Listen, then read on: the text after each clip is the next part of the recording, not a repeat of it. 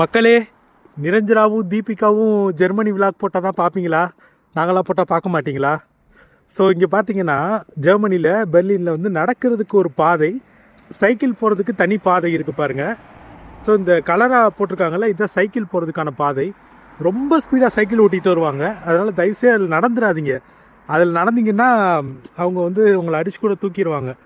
So நடக்கிற பாதையில் நடக்கலாம், ஜாக்கிங் போகலாம், எல்லாம் பண்ணலாம். ஸோ கார்ஸ் எல்லாம் போகிறதுக்கு அங்கே இருக்குது. மழைநீர் வடிகால்லாம் அங்கங்கே அவ்வளோ அழகாக பண்ணி வச்சுருப்பாங்க. அதனால் லைஃப்பை வந்து அவங்க மக்களுக்கு அவ்வளோ ஈஸியாக ஆக்கி வச்சுருக்காங்க. நம்ம ஊர்லேயும் அட்லீஸ்ட் சிட்டிஸ்லேயாச்சும் வந்து நடக்கிறதுக்கு ஒரு பாதை, இந்த மாதிரி சைக்கிளுக்கு ஒரு தனி பாதை வச்சாங்கன்னா ரொம்ப நல்லாயிருக்கும், கம்ஃபர்டபுளாக இருக்கும் நிறைய பேருக்கு.